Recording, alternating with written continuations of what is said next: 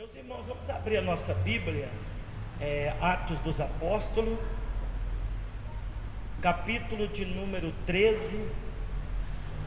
Nós estamos dando continuidade ao nosso estudo bíblico dentro do livro de Atos dos Apóstolos. Atos dos Apóstolos, capítulo de número 13. As crianças que vão estar subindo para a salinha, a tia Gabriela está aqui na frente, vocês podem estar subindo, acompanhando ela, para poder estar também louvando a Deus lá na salinha, né? Atos dos Apóstolos, capítulo de número 13. Glória a Deus. Meus irmãos, eu tenho uma palavra muito especial para os irmãos aqui hoje. Essa palavra eu tive esse dia de hoje, lendo muito esse texto. E capítulo 13 está escrito assim: e na igreja que estava em Antioquia havia alguns profetas e doutores, a saber, Barnabé e Simão, chamado Níger, Lúcio, Cirineu e Manaém, que fora criado com Herodes, o tetrarca, e Saulo. E servindo eles ao Senhor e jejuando, disse o Espírito Santo: apartai-me a Barnabé e a Saulo para a obra a que os tenho chamado. Então, jejuando, orando e pondo sobre eles as mãos, os despediram.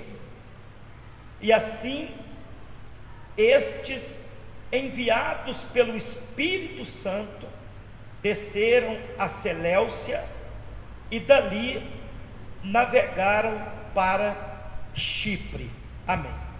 Os irmãos podem tomar o seu assento. Glória a Deus. Nós vamos estar falando nessa noite mais um pouco da palavra de Deus com os irmãos. Meus queridos irmãos, o texto que nós lemos aqui nessa noite, ele é o início da primeira viagem missionária feita pelo apóstolo São Paulo. É bem verdade que quando nós olhamos para o livro de Atos dos Apóstolos, nós temos falado com os irmãos no decorrer dessas quarta-feiras que esse livro ele pode ser dividido em duas partes, sendo que a primeira parte, do capítulo 1 até o capítulo 12, o apóstolo Pedro é o principal personagem que se destaca na história da expansão da igreja depois que Jesus foi assunto ao céu. Mas quando nós chegamos do capítulo 13 em diante, até o capítulo de número 28, nós não temos outro nome como o nome do apóstolo Paulo, que aparece nessa história. E nessa noite, eu gostaria, no resto desse livro, estar falando sobre essas três viagens de Paulo, a começar hoje pela primeira viagem missionária de Paulo, e assim nas quarta-feiras nós vamos estar dando continuidade, fechando o livro de Atos dos Apóstolos. É bem verdade que a gente precisa de enfatizar algumas questões relacionadas a este personagem. Eu separei aqui algumas coisas, por exemplo, com respeito ao nascimento de Paulo, que possivelmente ele tenha nascido nos anos 3 aos anos 5 depois de Cristo. Paulo, durante o período dos anos 20 a 26 ele esteve estudando em Jerusalém durante os anos 26 até os 32. Ele estudou na sua própria terra natal, na cidade de Tarso. Dos 32 até os 37, o ano 32 ao 37 depois de Cristo, foi o período em que Paulo se converteu ao Evangelho no caminho de Damasco, de acordo com a narração de Atos capítulo 9. Quando nós chegamos no ano 37 a 39, onde que acontece aqui esse período dessa viagem de Paulo, que é a primeira viagem de Paulo, ela vai acontecer aqui quando acontece algumas coisas com Paulo. Paulo viaja para a Arábia, que é a região ou província da Galáxia, e Paulo nos anos 35 a 43, ele prega em Tarsus e em outros lugares da província da Cilícia. E a gente percebe que no ano 43, 44, Paulo prega com Barnabé em Antioquia, ou Antioquia. E aqui eu começo a tratar algumas coisas com os irmãos, porque para a gente compreender isso, a gente precisa, primeiramente, estar voltando um pouco atrás, no capítulo de número 11 de Atos dos Apóstolos. Não que ficou para trás essa parte, mas que para que a gente possa contextualizar, a gente vai perceber que com a morte de Estevão, a gente vai perceber que os cristãos foram espalhados pelaquela região, e esses cristãos, ao ser espalhados por aquela região, o Evangelho, ele chega em Antioquia. E quando o Evangelho chega em Antioquia, Atos 11, versículo 19, a gente percebe que nasceu uma grande igreja na cidade de Antioquia, ao ponto que as pessoas receberam a palavra de Deus dentro daquela cidade com muita alegria. Em Antioquia, aquelas pessoas se converteram a Cristo, converteram ao Evangelho do Senhor Jesus. E quando isso aconteceu, a igreja que estava em Jerusalém, representada pelo apóstolo Pedro, envia para lá um homem chamado Barnabé. Vocês têm acompanhado comigo que a gente encontra Barnabé em muitas partes sendo apresentado, como eu citei, que se não fosse Barnabé, o que seria de Paulo? Porque Barnabé foi a pessoa que Deus usou para interagir Paulo com a igreja primitiva que estava em Jerusalém, porque foi Barnabé que levou Paulo e apresentou para os irmãos quando todo mundo estava com medo de Paulo, quando todo mundo estava correndo de Paulo, estava acreditando na conversão de Paulo. Foi Barnabé.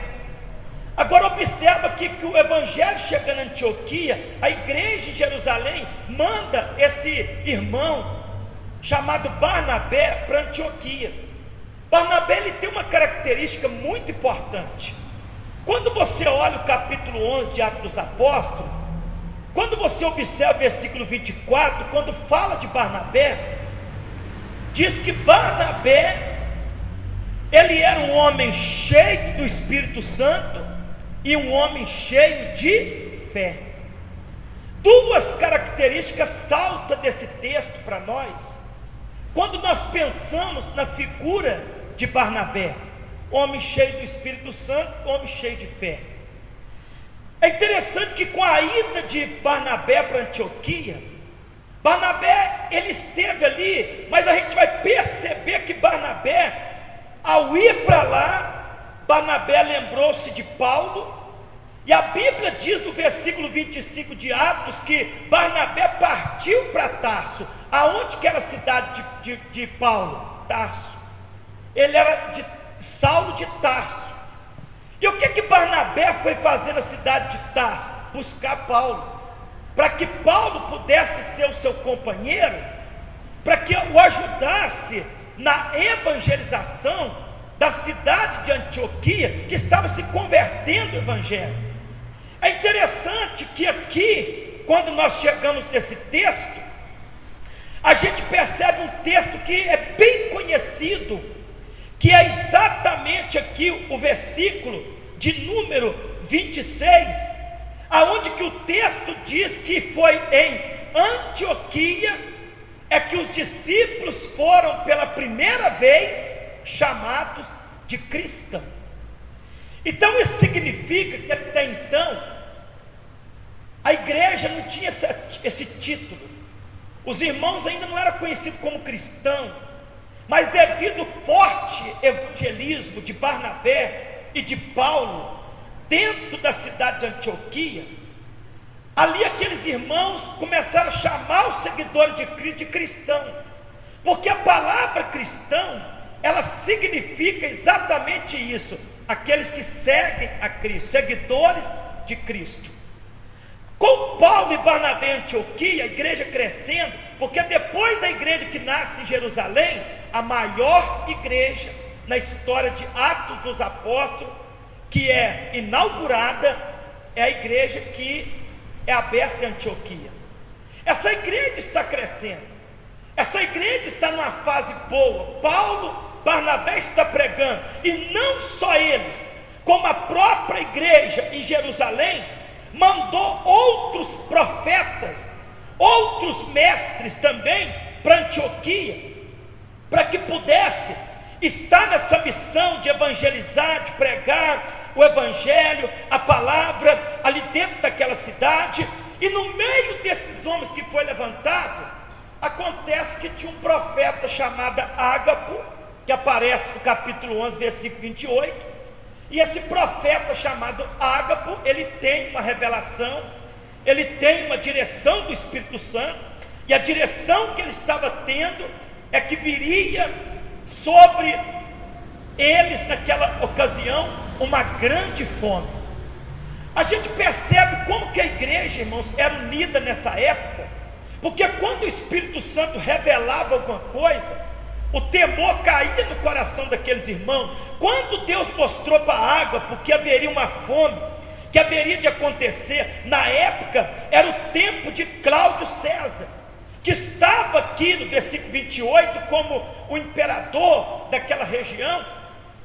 E aqui o que acontece? Os discípulos começam a fazer uma grande campanha, e a campanha que esses discípulos estão fazendo é de arrecadar alimentos, ajuda, para poder estar ajudando os irmãos que estavam lá na Judéia, em Jerusalém, e que precisavam dessas ajudas.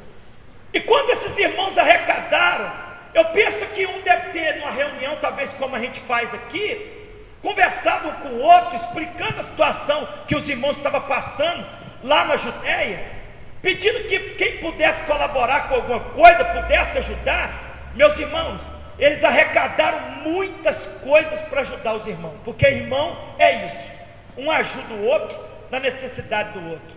A Bíblia diz: comunica com os santos nas vossas necessidades, porque nós temos o dever como cristão, nós temos o dever como servos de Deus, de um assistir a necessidade do outro. Quando o outro está precisando, um estende a mão e ajuda o outro.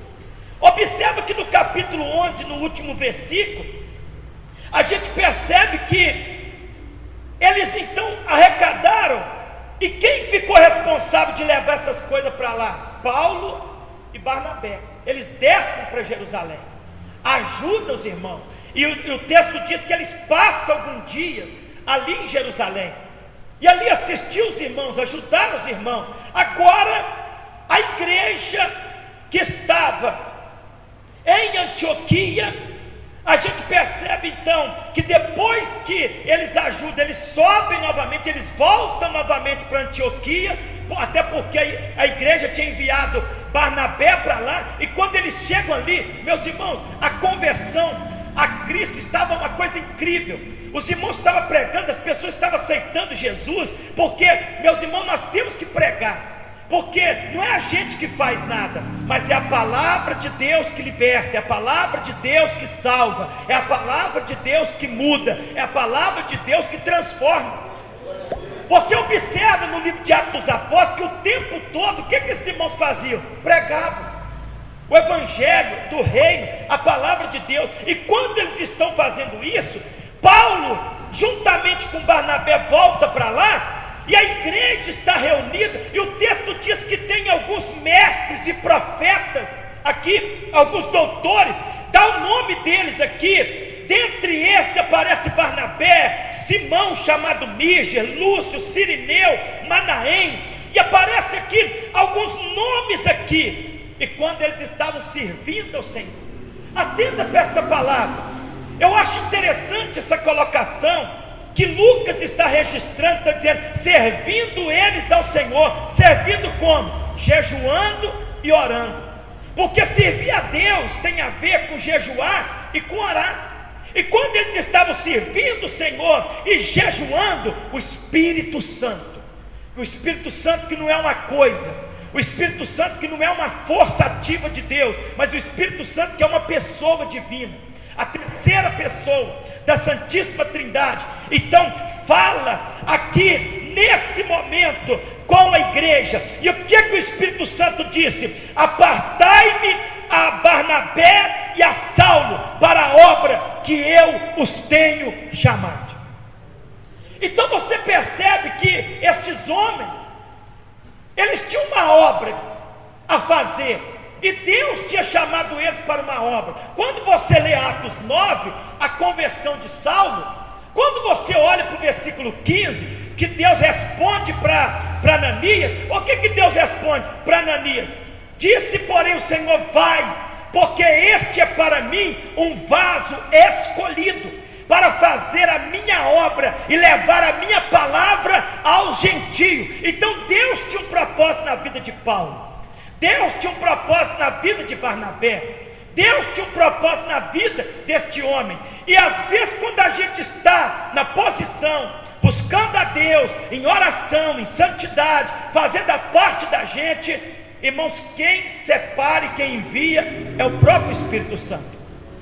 Poderia ter enviado aqui esses outros homens, que foram citados o nome como Níger, Lúcio, Manaém, esses outros homens aqui, mas a prova é o Espírito Santo, na soberania dele, eleger a Paulo e a Barnabé para esta obra. E a igreja entendeu a vontade de Deus.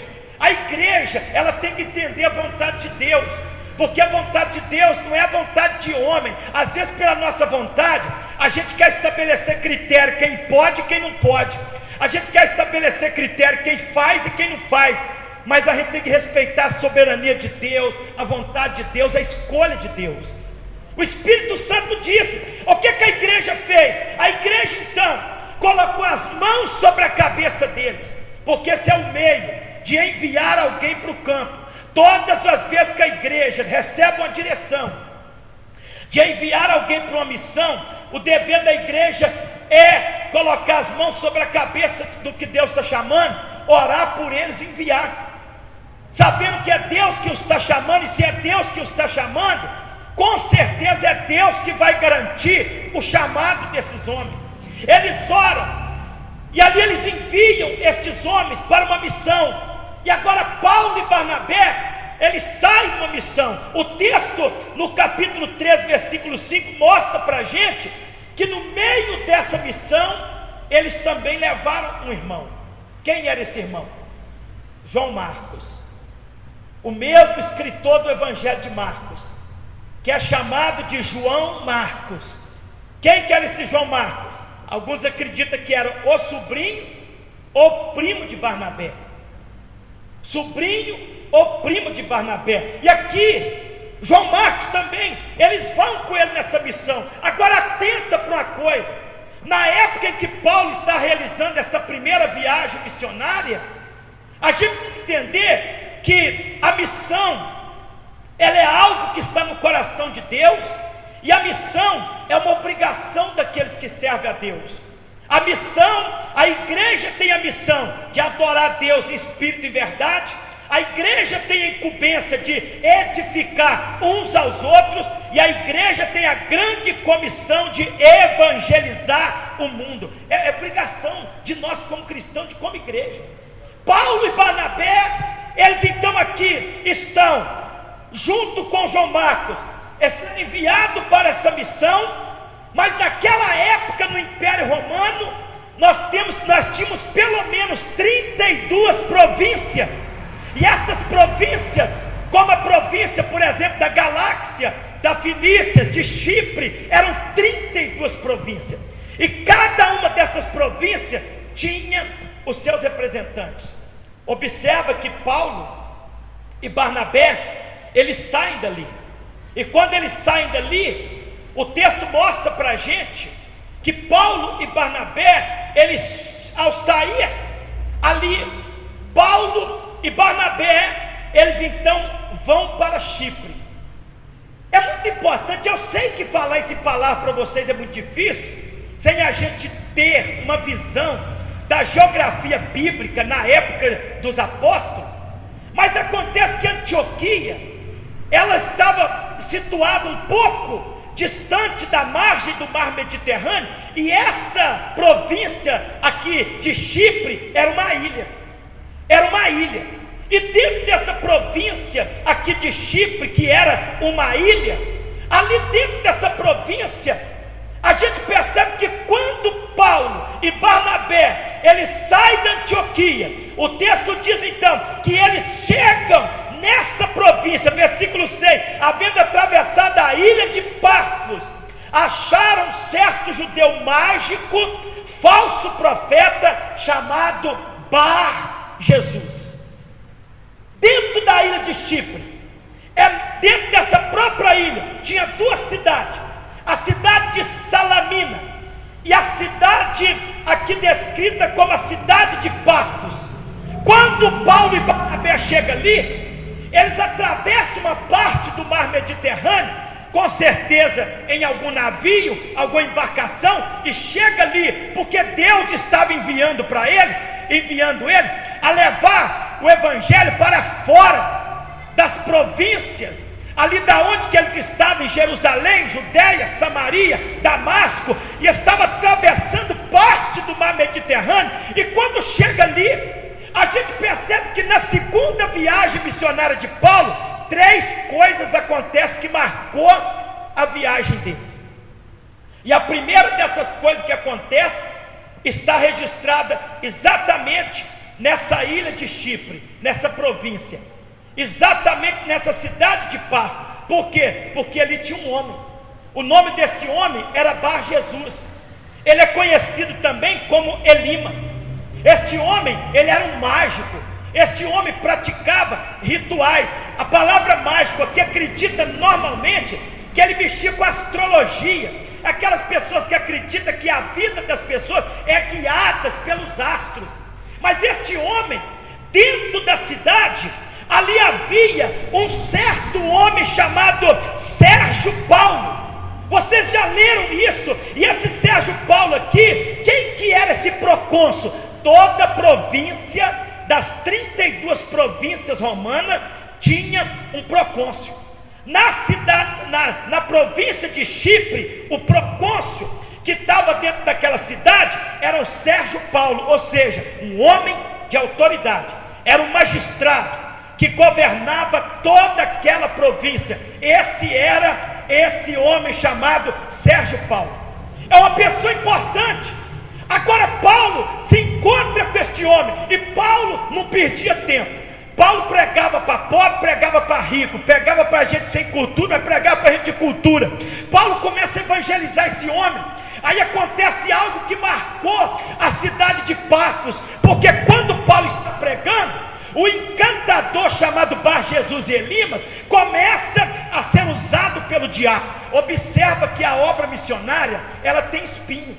Observa que na obra missionária tem muitos desafios. A gente não precisa pensar que a gente vai pregar para as pessoas, todo mundo vai receber com alegria, que o diabo vai ficar quietinho no canto dele. Às vezes o diabo sempre vai usar alguém para poder impedir que a palavra de Deus, que o reino de Deus não avance.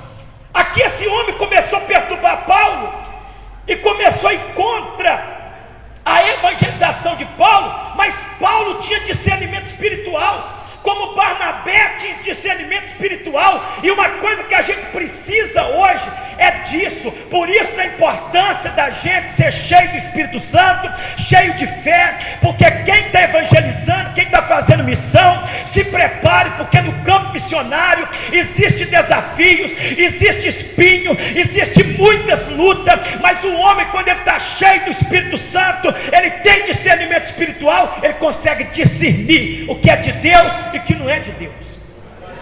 Paulo teve discernimento, porque Procônsul estava evangelizando este homem, Procônsul Sérgio Paulo, e agora o que acontece? O Bar Jesus começa a querer impedi-lo. Meus irmãos, eu queria que Deus nos desse uma autoridade, uma unção, uma fé dessa, porque Paulo virou para este homem, e Paulo imediatamente no versículo 10 diz: "Ó filho do diabo, cheio de todo engano", e ele fala: "e de toda malícia, inimigo de toda justiça, não cessa de perturbar os retos caminhos do Senhor." Quando Paulo disse essas palavras, falou: "A mão do Senhor está sobre ti e ficará cego." Na hora, aquele mágico, na hora, aquele homem que mexia com astrologia, na hora, ele ficou cego, não conseguia ver, ficou totalmente cego, porque o poder de Deus se manifestou ali,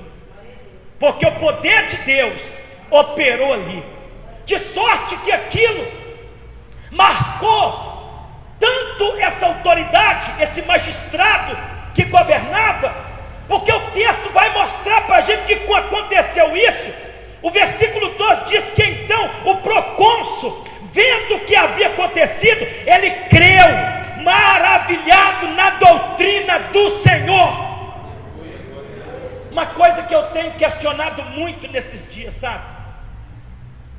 Hoje, sabe, irmãos, infelizmente, nós estamos precisando muito buscar Deus mais em oração, mais em jejum, sabe, vigiar mais, porque Jesus, quando esteve aqui na terra, Jesus ele teve um ministério tríplice. Jesus ele pregava, Jesus ele ensinava, mas Jesus também curava. E a gente percebe que a mesma coisa que Jesus fazia, os apóstolos fizeram, como Paulo aqui é um exemplo disso.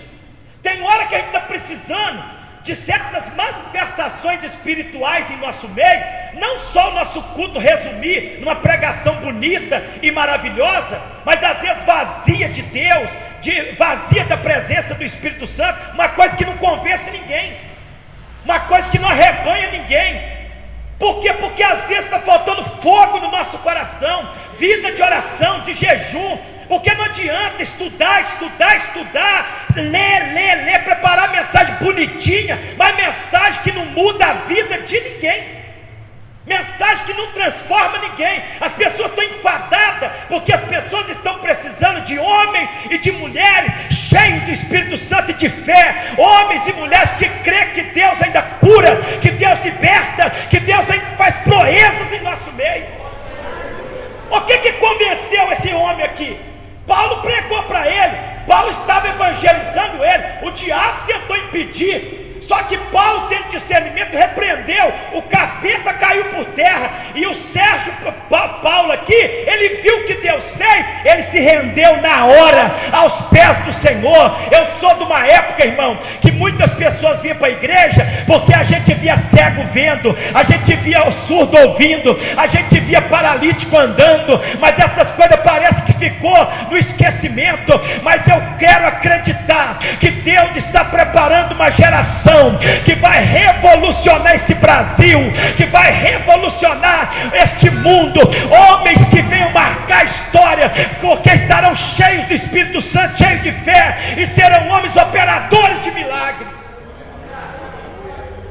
Olha o que acontece nessa viagem de Paulo, porque os sinais seguem os que crêem. Jesus disse isso em Marcos 16:17: os sinais seguirão os que crêem. Em meu nome vocês vão expulsar demônios, vão falar novas línguas. porão a mão sobre os doentes, vão curar eles, e se beberem alguma coisa mortífera, não vão causar mal a vocês.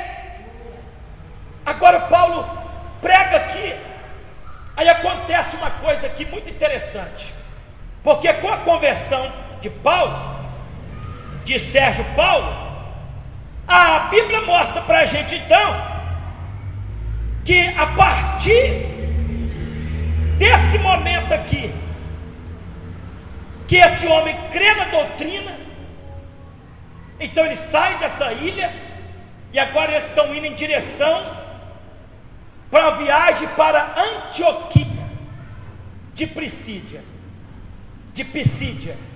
E é importante a gente entender que nós não estamos falando da mesma Antioquia da onde que eles saíram, não.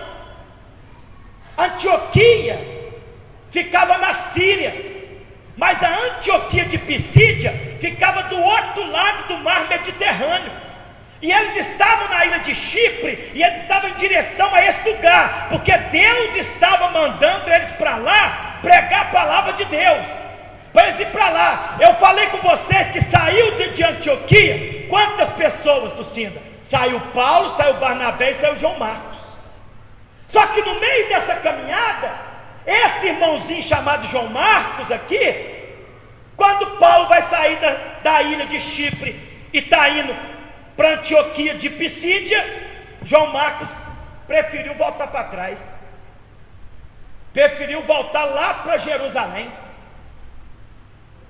O texto não fala por quê, mas lá na frente a gente vai entender que essa decisão aqui de João Marcos fazer isso criou uma certa dificuldade entre Paulo e Barnabé, já que João Marcos era sobrinho ou primo de Barnabé. Quando eles encontraram de novo que Barnabé quis levar João Marcos, Paulo falou: não vou levar esse camarada com nós não, porque ele nos abandonou lá em Chipre, ele não quis ir conosco lá para Antioquia de Pisídia, ele então se apartou. Versículo 13 de Atos 13 registra isso. E partindo de Pafos, Paulo e os que estavam com ele chegaram a Perge, que é da província da Panfilha. Mas João, que é o João Marcos, apartando-se deles, voltou para Jerusalém.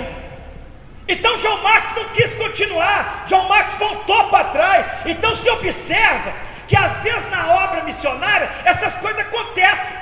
Tem pessoas que infelizmente às vezes eles acabam voltando para trás, chutando o pé da barraca e voltando para trás.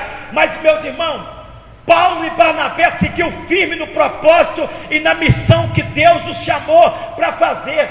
Eu sei que às vezes, no meio da caminhada, existem muitos obstáculos que a pessoa pensa que a melhor forma de fazer é parar e voltar para trás, não quero mexer com isso.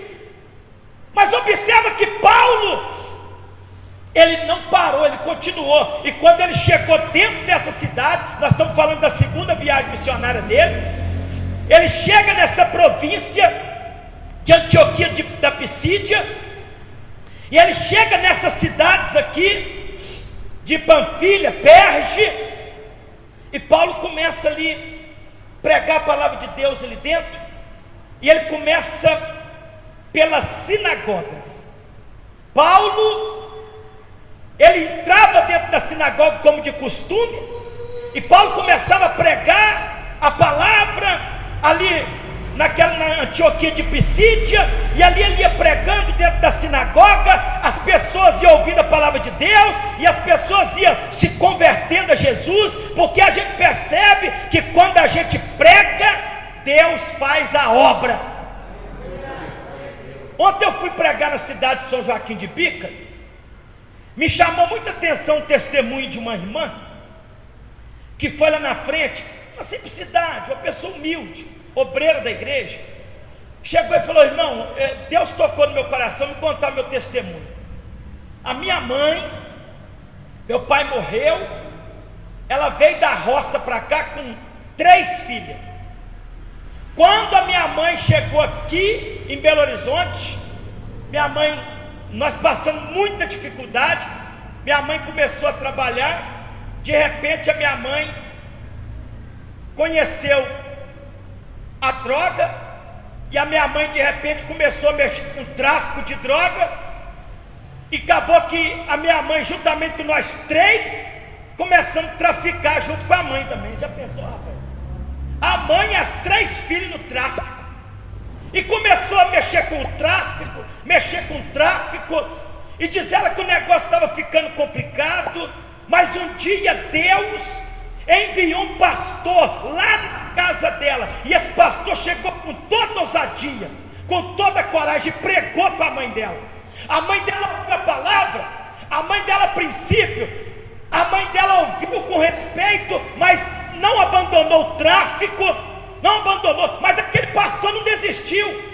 Aquele pastor começou a ficar no pé daquela mulher e daquelas 3 filhas. Mas um dia aquele pastor foi lá pregar, aquela mulher não aguentou, e ela se rendeu a Cristo, e entregou para Jesus Cristo. E quando ela fez isso, as filhas dela também tudo se converteu. Hoje a mãe e as 3 filhas estão na igreja servindo a Deus. Por quê? Porque a palavra de Deus é isso. O evangelho é isso. Nós não temos que ter medo de pregar, mas nós temos que acreditar que o evangelho é o poder de Deus para a transformação de todo aquele que nele crê. Pregue dentro da sua casa, pregue para o seu filho, pregue para o seu cônjuge, pregue para o teu vizinho, porque a obra quem faz é Deus. Mas se a gente não pregar, eles nunca vão ser alcançados.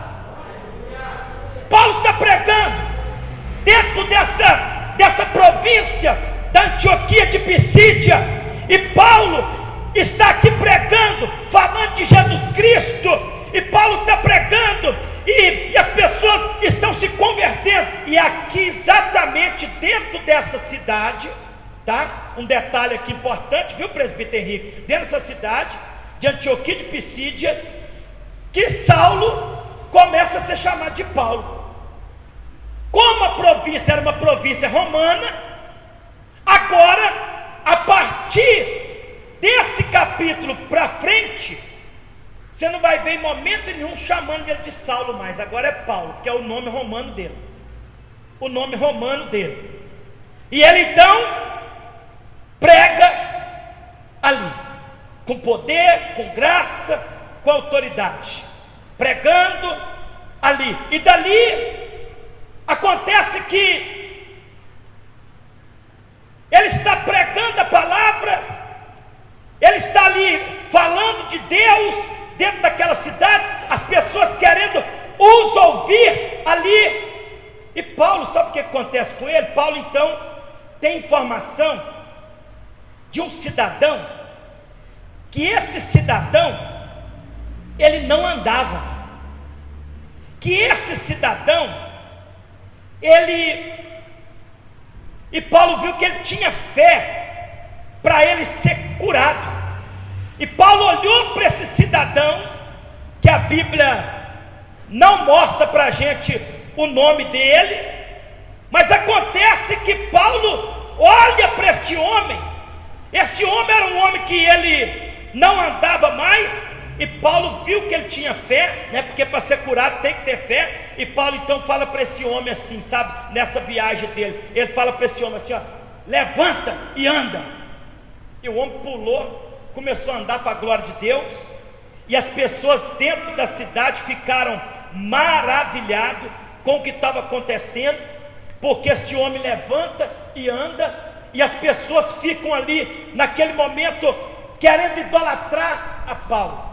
Gente, quando Paulo, você já percebeu que é engraçado isso, né? É por isso que hoje eu falo muito com esse negócio, porque nós temos que orar, nós temos que jejuar para Deus nos usar, né? Mas nós temos que entender que a glória não é nossa. Paulo, Pedro, os apóstolos, ele sempre retribuía toda a honra e toda a glória a Deus. Mas é comum do ser humano, quando sabe que alguém tem esse dom, que alguém é usado nas mãos de Deus, de ficar atrás, para lá e para cá, como que idolatrando. Pedro, aconteceu isso dentro do templo Formosa, quando ele levantou o paralítico, as pessoas queriam idolatrar, e falaram, não é pela minha virtude ou santidade que fez esse homem andar, não. E Pedro falou, é Jesus que fez ele andar. Agora acontece com Paulo a mesma coisa, porque Paulo, aqui quando você vê que Paulo chega aqui na cidade de Listra, Atos 14, versículo 8, estava sentado em Listra um certo homem, aleijado dos pés, coxo, desde o ventre da sua mãe, a qual nunca tinha andado. Este ouviu falar Paulo, que é ficção dos olhos, e vendo que ele tinha fé para ser curado, disse para ele: levanta-te direito sobre os teus pés. E ele saltou e andou imediatamente. Aleluia! Glória a Deus! Olha aí, ó, segunda viagem de Paulo.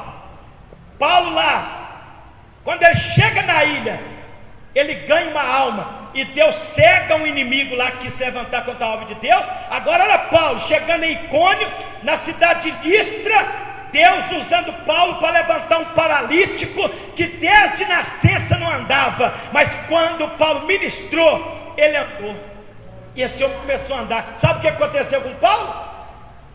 O povo aqui começou a querer idolatrar Paulo, estava pensando que Paulo era um dos deuses da mitologia grega, ou era Hermes ou era Zeus, e começou a querer idolatrar. Não, isso é um Deus, porque é Deus que cura. Começou a querer idolatrar, e Paulo repreendeu esses homens, dizendo: não é eu que faço essas coisas não, porque não é a gente que faz, irmão. Por isso que Deus é tão misericordioso. Às vezes eu fico pensando, sabe, teve um dia que eu fui pregar aqui no Vila Recreio. Eu estava pregando uma campanha lá de cura e de libertação, e aí, eu estava lá ministrando, e chamei o pessoal para fazer uma oração no final, e tal, orei pelas pessoas, e caiu duas mulheres.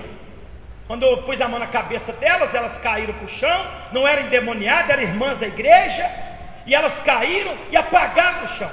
Eu orei por elas, o Espírito Santo me deu uma direção para pôr a mão no estômago delas, a gente orou para elas, e amém.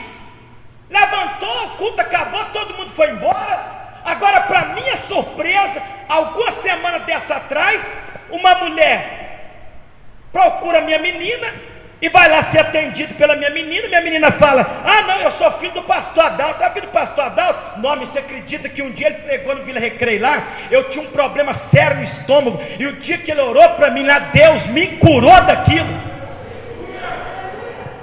E às vezes eu acho que é maravilhoso isso, porque não é a gente. No dia ninguém falou nada. Às vezes isso acontece comigo, acontece com os pastores que estão aqui, acontece com você. Por quê? Porque a obra quem faz é Deus. Tenha fé, ora para as pessoas, prega, Deus vai operar maravilhas. Amanhã você vai ouvir testemunho: foi aquele dia que a irmã Luciene orou para mim, aí Deus me trouxe paz no coração, e Ele fez isso. Por quê? Porque Deus quer usar a sua igreja. Nós somos a agência missionária de Deus aqui na face dessa terra, para evangelizar o mundo e para ganhar almas. Não espera tapinha nas costas, não espera não, porque aqui sabe o que acontece com Paulo aqui? Causou uma fúria nos judeus religiosos, e esses homens, Luciano, sabe o que armaram para ele? Deram neles uma surra, pastor Fidel, uma surra. Deu uma surra. Será que nós estamos preparados para tomar uma surra por causa de Jesus? Por causa da obra dele? Por causa da palavra dele? Porque deram neles uma surra, mas uma surra bem dada, ao ponto que eles achavam que eles tinham morrido. Eles acharam que depois dessa surra que deu nele, porque o texto vai dizer aqui para a gente que no versículo 18: sobrevieram porém os judeus, Atos 14, 18, 19, de Antioquia e de Icônia, que tendo convencido a multidão, apedrejaram a Paulo e o arrastaram para fora da cidade, cuidando que ele estava morto. Apedrejaram. Rapaz, eu fico imaginando, porque o nosso irmão Estevão, de Atos 7, morreu assim. Colocaram ele para fora da cidade, foi apedrejando ele até ele morrer. E aqui eles apedrejaram Paulo. Você sabe o que é apedrejar? É colocar a pessoa num centro e todo mundo começar a jogar pedra em cima, até a pessoa sangrar e se fazer ali, né, o seu corpo, as forças, e a pessoa cai para o chão. Essa pessoa que tinha matado Paulo, pessoa que tinha matado ele, foi isso que fez com ele, depois que ele levantou esse paralítico lá, foi isso que fez com ele. Mas olha então essa segunda viagem de Paulo, que ali o que acontece? Paulo então, alguns irmãos chegam, e vendo que Paulo estava naquela situação, então eles viram que ele não estava morto, levantou e entrou na cidade. No dia seguinte saiu com Barnabé para Derbe. Então eles saíram dali, né, meio preocupados com aquilo que estava acontecendo, e saíram dali. E aí que Paulo volta, escuta, irmãos, estou terminando aqui. Paulo volta para onde? Da onde que ele saiu? Para Antioquia, lá na Síria. E ele volta para lá com Barnabé, e ele começa a chegar ali e contar testemunho. E é isso que a gente tinha que fazer, né, irmãos? Tem hora que eu sinto falta daquela igreja que eu conheci. Quando eu falo conheci, é quando eu me converti, que os irmãos se reuniam para contar a bênção, para contar testemunho de que Deus fez, que Deus salvou, que Deus curou, que Deus fez isso. Porque Paulo volta e começa a contar para todo mundo o que Deus fez através deles. Deus salvou Sérgio Paulo, Deus cegou um homem que levantou com a obra de Deus, ele levantou um paralítico, não foi fácil não, mas Deus era conosco, e começou a dar testemunho, contando para todo mundo o que Deus tinha feito. E aí quando ele chega na Antioquia, tinha uns irmãos lá, presbítero Henrique, judeus, cristãos, judaizantes, legalistas, que estavam querendo empurrar a goela abaixo dos gentios, as práticas judaicas, sabe, aqueles fariseus que gostam de ficar vigiando na vida dos outros, começou ali querer empurrar a goela abaixo, querendo que aqueles irmãos que estavam convertendo deveriam obedecer à lei. Gente, isso causou um problema porque o primeiro concílio que acontece em Jerusalém para resolver problema, um concílio de grande porte, está aqui, ó, Atos 15. Paulo, Barnabé, com alguns judeus religiosos, cristãos judaizantes, desceu para Jerusalém. Vamos levar lá para Pedro, vamos ver o que eles têm a falar, porque ninguém é obrigado a guardar essas leis, não. Ninguém é obrigado a guardar esse legalismo, não. Essas coisas não. Desceram, irmão. A discussão foi calorosa. A Bíblia diz que chegaram lá, estavam se discutindo. Atos capítulo 15. Chegaram em Jerusalém, versículo 4. Foram recebidos pela igreja e os apóstolos e anciãos, e lhes anunciaram grandes coisas Deus fez. Congregaram os apóstolos e anciãos para considerar esse assunto, e havendo entre eles grande contenda, levantou Pedro. E Pedro novamente, olha aí, se levanta, e Pedro vai falar: homens, irmãos, sabeis que já há muito tempo Deus me elegeu entre vós, para que os gentios ouvissem da minha boca a palavra do Evangelho e crescem. E Deus, que conhece os corações, lhe deu testemunho, dando o Espírito Santo para eles, assim como deu para nós. E não fez diferença alguma entre eles e nós, purificando os seus corações pela fé. Olha o que Pedro está falando. Pedro levantou em favor de Paulo e de Barnabé e falou: Deus não faz diferença nem entre eles e nem entre nós, não, porque Deus não faz acepção de pessoa. Não importa se é preto, se é branco, se é pequeno, se é grande, se é rico, se é pobre, se é estudado, se não é estudado. Deus está interessado em salvar o homem, a humanidade, indiferente do seu credo religioso. Ele quebra as tradições. E aí Pedro se levanta, aí Tiago, um outro Tiago, tá? Levanta aqui também e se discute e fala com respeito a esta situação. E aí quando eles decidem isso aqui, então é feita uma carta. Olha que coisa bacana. Como é que a carta às vezes é importante para recomendar. Eles decidiram e mandaram Paulo, Barnabé e alguns com eles novamente para voltar lá novamente para Antioquia. Depois que decidiram, sabe qual foi o único requisito que a igreja em Jerusalém, Lucinda? pediu que eles pudessem observar, vocês não são obrigados a guardar a lei não, mas nós temos que orientar vocês com respeito a participar de sacrifício aos ídolos, a orientar vocês para não participar da fornicação, que é a prostituição, para orientar vocês para também não fazer uso do sangue e nem de carne sufocada. Tudo, irmão, por quê? Porque aqui as pessoas tinham costume, nessa época aqui, eles sacrificavam às vezes os animais aos ídolos, e às vezes o sangue dos animais eles não tiravam, e aquilo eles faziam comida com aquilo, e a igreja estava proibindo e mandou que eles deveriam observar isso, porque já era proibido pela lei, e é uma coisa boa. Por que nós como cristãos não comemos chouriço? Por causa disso aqui, ó. Viu, irmão? Por que a gente como igreja não come chouriço? Por causa disso aqui. Porque a discussão que aparece aqui, com respeito à orientação da carta que eles escreveram, e que orientaram do que eles deveriam fazer ou não, as únicas recomendações foram essas. Foram essas recomendações que eles decidiram que eles não deveriam estar fazendo essas coisas. Versículo 20: mas escreve que se abstenham das contaminações dos ídolos, da prostituição, do que é sufocado e do sangue. Era isso que estava proibido. Isso aqui eu acho interessante, sabe, irmãos? Nossa, dá vontade de falar tanta coisa aqui, sabe?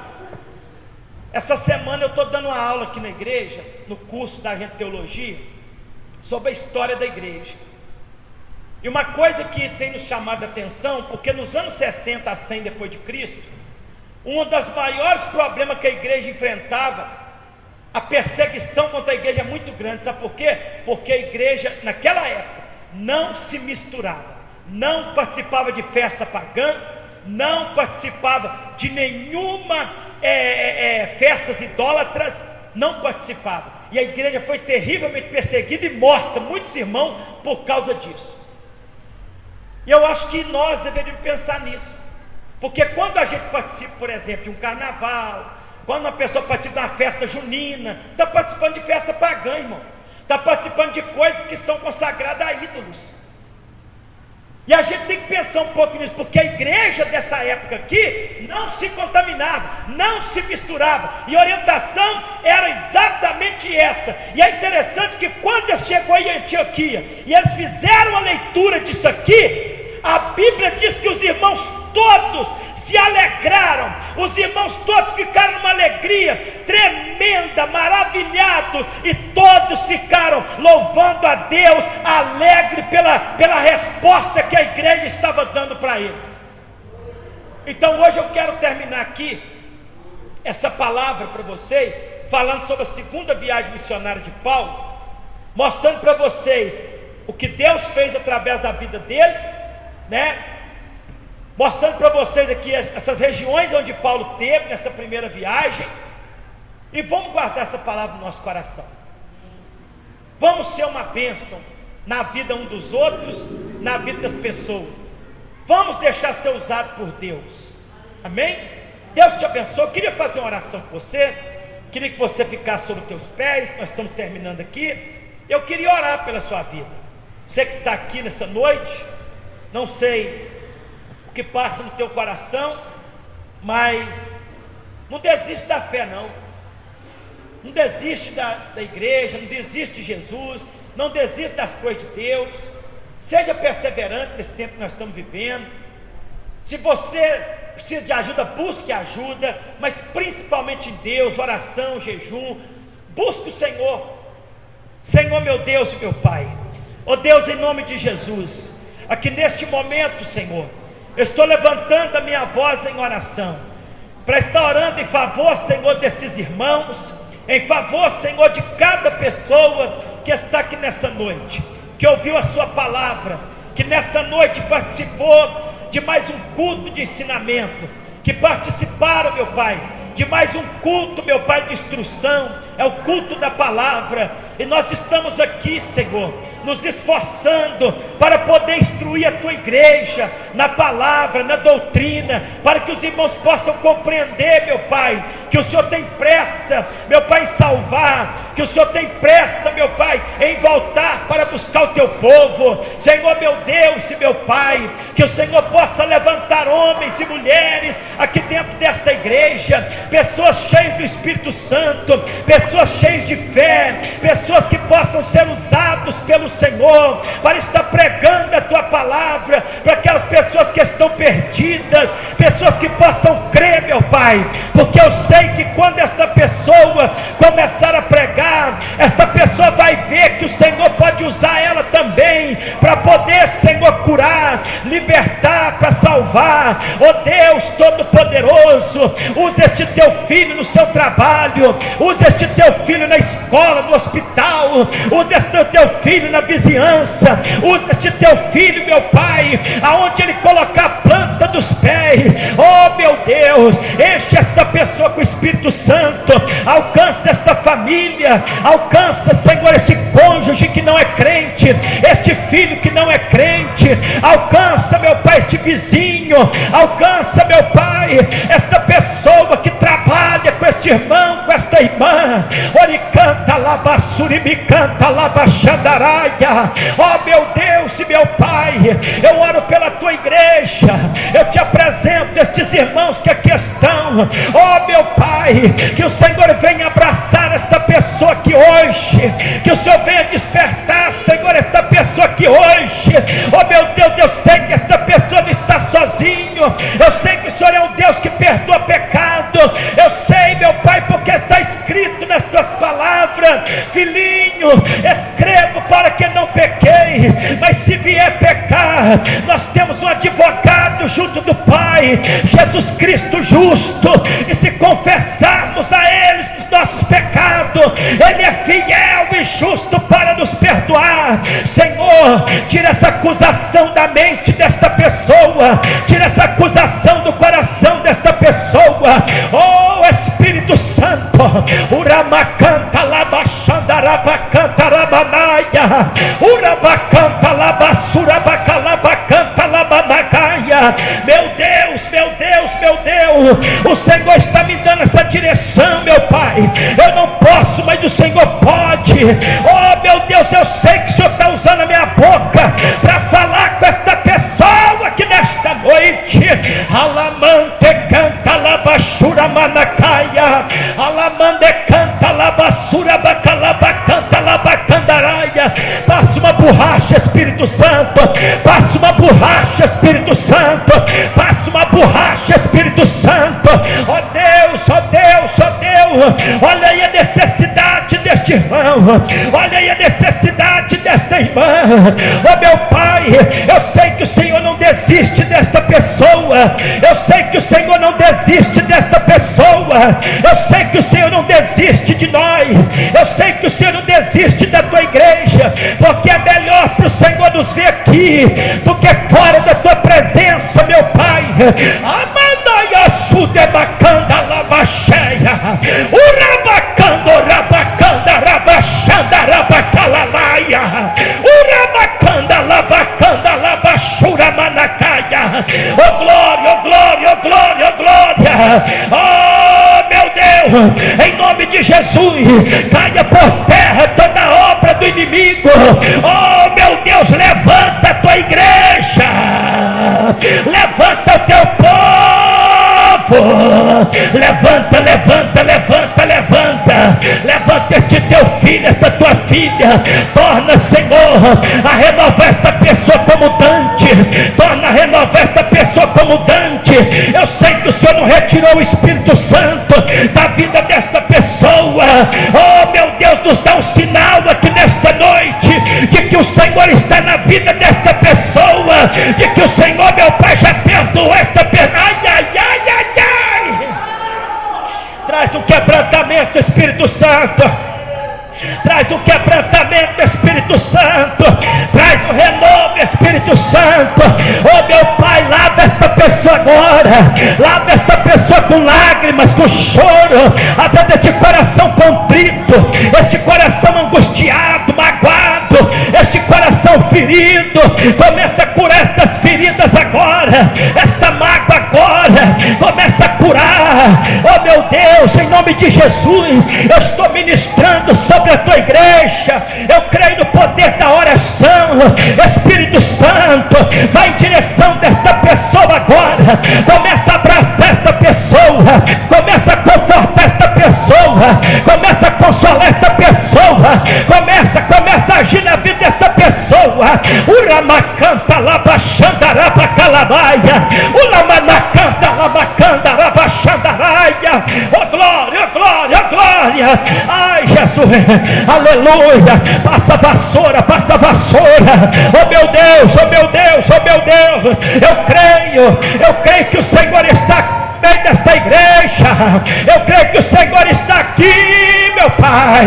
Oh Espírito de Deus, oh Espírito de Deus, o Senhor conhece as lutas desta pessoa, a dificuldade desta pessoa. Oh meu Pai, eu sei que o Senhor pode honrar esta pessoa. Eu sei que o Senhor pode tirar esta pessoa dessa cisterna, deste buraco. Eu sei que o Senhor pode tirar esta pessoa. Alabadarabashura bacalabaia, orabacanta labacanta labachanda labacalabacanta labaia, orimigranda labadecanta labadagaçuia, labadecanta labachanda labacalabaia, orimigranda labacanta, emanadassuri migranda labasturiana, evando canta labachura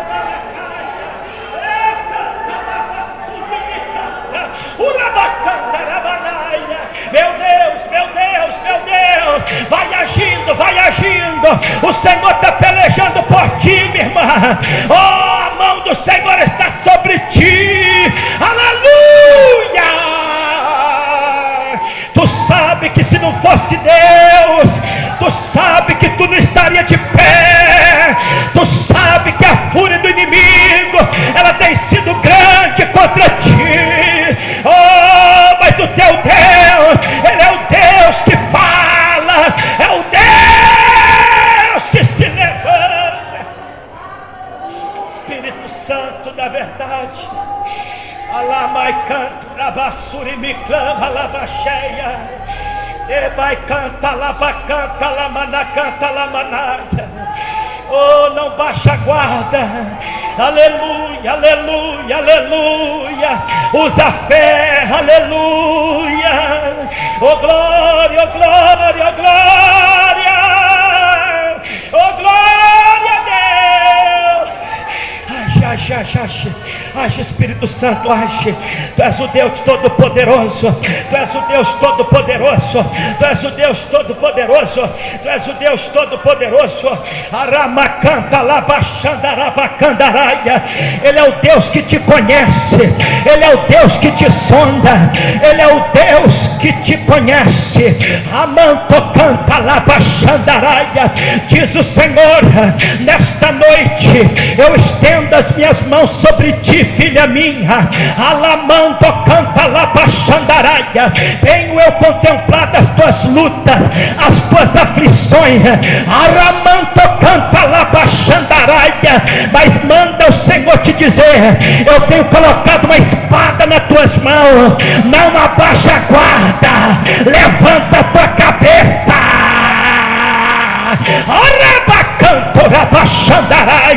Eu vejo em uma visão, eu vejo uma nuvem escura, muitos demônios que lutam contra ti, contra a tua casa. Mas o teu Deus te trouxe aqui hoje para te dizer que Ele é o teu Deus que peleja por ti. Ele é o teu Deus que te sustenta. O teu inimigo não terá o prazer de ver a tua fracasso e a tua derrota. Porque eu sou o Senhor que peleja por ti. Uramante canta labachandaraia. Emanaka surabacanta. Ebacanta labachura manahara. Erabacalava suramanahas. Sheimai canto lava sudimi cantaraya. Aquieta o coração dela, Jesus. traz paz. Ai, manto, canta, lavaia. Diz o Senhor, da tua casa cuido eu, diz o Senhor. Haramanto, canta, lavas. Oh glória a Deus, oh glória a Deus, oh glória a Deus, aleluia, Espírito Santo, oh Deus Todo-Poderoso, abençoa a tua igreja nesta noite, Senhor, abençoa os teus filhos, tu és o Deus que cuida de nós, meu Pai, oh Divino Espírito Santo. Muito obrigado, Jesus. Meus irmãos, que Deus abençoe toda a igreja.